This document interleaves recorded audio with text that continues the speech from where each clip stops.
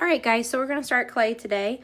I just want to let you know about a couple of the materials that you see out on your table. You should have grabbed a wooden block, and your name tag should go here or right here. Your name tag has your number on it, so that way at the end of class you know where to put your clay. You also should have gotten a bag. This is going to be where you keep your clay and how you put away your clay project at the end of class, and it should have your name tag on it as well. You should also have your creature sketch out, and it should be able to show all the different views of the creature that you're doing. When we're talking about the different materials that are out on your trays, you guys have a tray on yours, I just have mine sitting out. This is for just getting your fingers wet. So as you can tell, I've been working with clay and my hands are kind of dry a little bit. So all this is here for you to do is just to really get your fingers wet. You can use the sponge to kind of get them a little bit wet. That way you don't have a lot of drying up that happens when you're working with your clay. This icing container has slip in it. It kind of looks like concrete a little bit, kind of looks like mud. That's going to be your glue for your project. You also have wooden carving tools. These are going to be for smoothing out your project. They're also going to be for kind of dragging clay from one coil to the next coil. You have a paper clip, and the paper clip works really great for cutting clay. You kind of brace your finger here and drag it, and it makes great slip marks and also cuts your clay really well. These right here are your carving tools. These are for when you are taking out little pieces. So for instance, if I want to take out the eyes on my lion, I would use these carving tools. You also have a half of a lid. Well, this actually isn't out. This will be later out, but this is for smoothing. And for the first day, you guys are going to have a rolling pin. You're only going to use a rolling pin on the first day to make your slab base. So let's go ahead and start building your base. What you guys are going to do is from your clay chunk, you're going to take a chunk that's about this big. Now I do want to show you the proper way to put away your clay that you're not using. As you can see, this clay is kind of covered in a wet paper towel. My paper towels are less strong than the ones that are at school. But what you do is you take a dry paper towel and you kind of crumble it up like this. You get it a little bit wet and squeeze out the excess water. You make it all flat, put it around your excess clay, and then go ahead and put it in your bag. Kind of flip your bag over so no excess air can get into it. I also like to do that on my piece. Like say your piece is on your wooden board and you're not directly working on it. I like to just put a wet paper towel over it just to make sure that it doesn't get dried out. Once pieces get dried out, they get cracked and it's really hard to attach coils to them. So you're just going to get a piece of this clay and you're going to kind of roll it up. And I'm just going to kind of flatten it here. I'm going to move some of my supplies out of the way. I'm just going to kind of flatten it on one side, sort of like a hamburger patty, and flatten it on the other. So I kind of have two flat pieces. Right now it's super thick. It's bigger than the size of my thumb. What I want to shoot for is the size of my index finger. That's the size of this patty that I'd like to have. So you're just going to take the rolling pin and really gently roll back and forth. I like to flip it over a few times. You can just take that extra paper towel out. Now you don't want to put too much pressure here because you want it to be a really even distribution of pressure. So I want to check my width, and that looks pretty good. It's a little bit thinner on this side, so I'm just going to gently roll this out. So the rolling pin is done. You don't need it the rest of the time. So what I'm going to do now is, this is way too big of a base to start. If I kept adding coils onto this, it would be a monstrous amplifier, and that's not really what we want. So what I want to do instead is I want to use the top of my slip container, and I kind of want to measure it. So what you can do is with this paper clip, you can do something called like a quick trace or a quick etch. So I'm just going to etch lightly. This can be erased later. Around my piece. So this is the size of the base that I want. So now what I want to do is I want to take my paper clip and, like I said, kind of brace it like this. And what I like to do when I'm working with clay is I like to enter and exit the clay. If you try and make one big cut, it's not going to be a very nice cut. It's going to be a super sloppy cut. So what you want to do is you kind of want to enter the clay, follow your line, exit the clay. I want to enter, follow the line, exit the clay. Kind of keep your clay little pieces off to the side. And you can see I'm taking the paper clip and kind of cleaning off that clay as we go.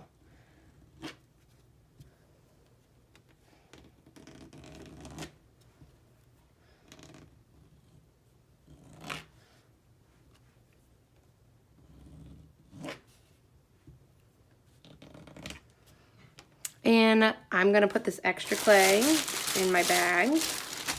That's good coil clay to be used for later.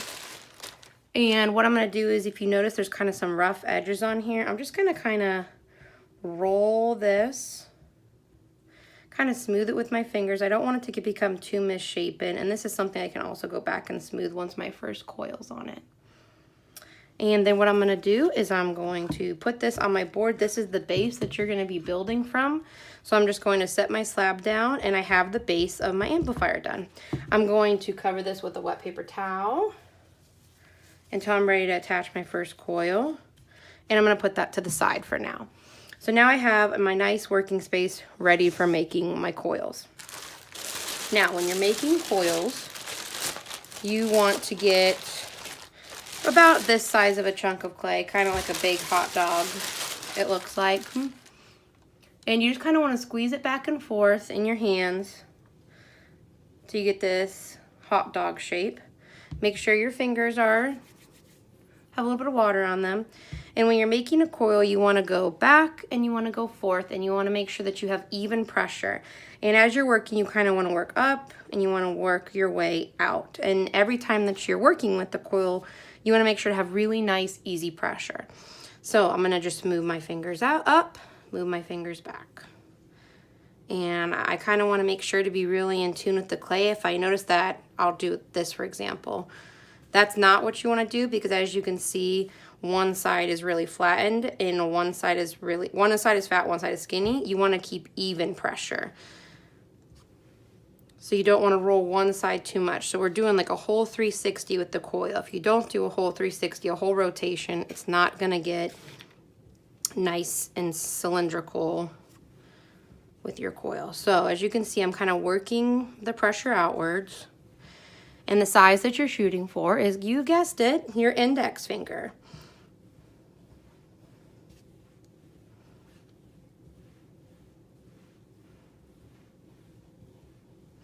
Try not to get your ends too skinny. You want it to be pretty similar throughout it. Now, if you start to notice some cracks happening, just kind of get your clay a little bit wet. Don't douse it in water. You don't want it to get too wet, because then it'll turn into slip over here. So when it's about the size of your finger, you know you're ready to attach your coil.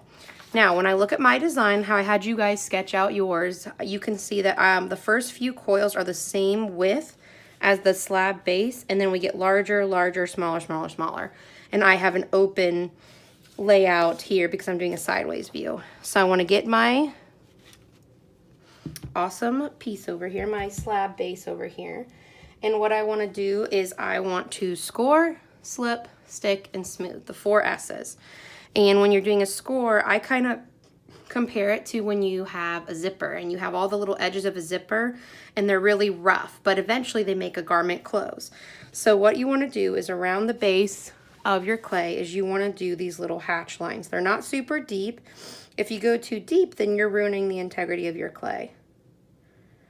And then I want to go the other way as well. So this is called cross hatching. Basically, I'm making little X's. I also want to do this along the whole length of my coil, just on one side though. There's no need to do it on all sides.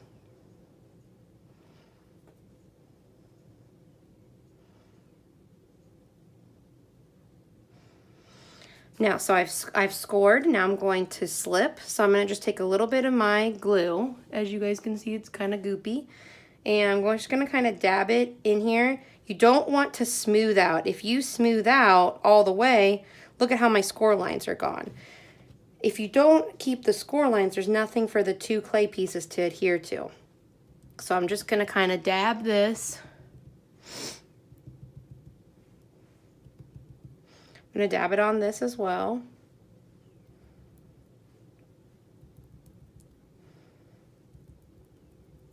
And then what I'm going to do is I'm going to pick up my coil, and I'm going to make sure to kind of press. This is the sticking part. It's going to kind of feel like it's suctioning together. That means you're doing it right. And I'm going to make sure to keep it in line, so I don't want it to go outside of my slab at all. Now, this is where it's going to overlap here. So what I want to do is I want to just take my needle tool. This can be a really great slab for later. It can be great for your additions. It can be great for combining another slab. Don't throw this clay away. Put it back in your bag to be used for later. But this piece of clay is not just going to stick by itself. You have to score, slip, stick, and smooth. So I need to make sure that I score both sides, that I slip, and I stick together and kind of smooth it out with my fingers. Now, don't get too perfection-y on the smoothing part. I'm going to show you guys, I actually want you to leave it rough looking. This later, it's going to get super smooth with this tool, but what I actually want you guys to do for the smoothing step is I want you to use this little foot tool. It looks kind of like a little paw, and what you're going to do is you're going to actually get the 2 layers of clay to combine, the 2 coils. So you're going to bring up a little bit of the one that's underneath and bring down a little bit of the one that's on top. So you're going to find yourself going like this, pulling from the bottom up, and then on some you're going to pull from the top down. And that's going to get the 2 layers to combine. So what you do is, see where this line is, the separation here? See if I can get closer. Is I'm going to pull up, and I'm making kind of ugly marks on here, and that's okay. And I'm just being real gentle with this. I'm not going too deep. If that happens, just put it back on. I'm not going too deep here. I'm just kind of making some surface scratches.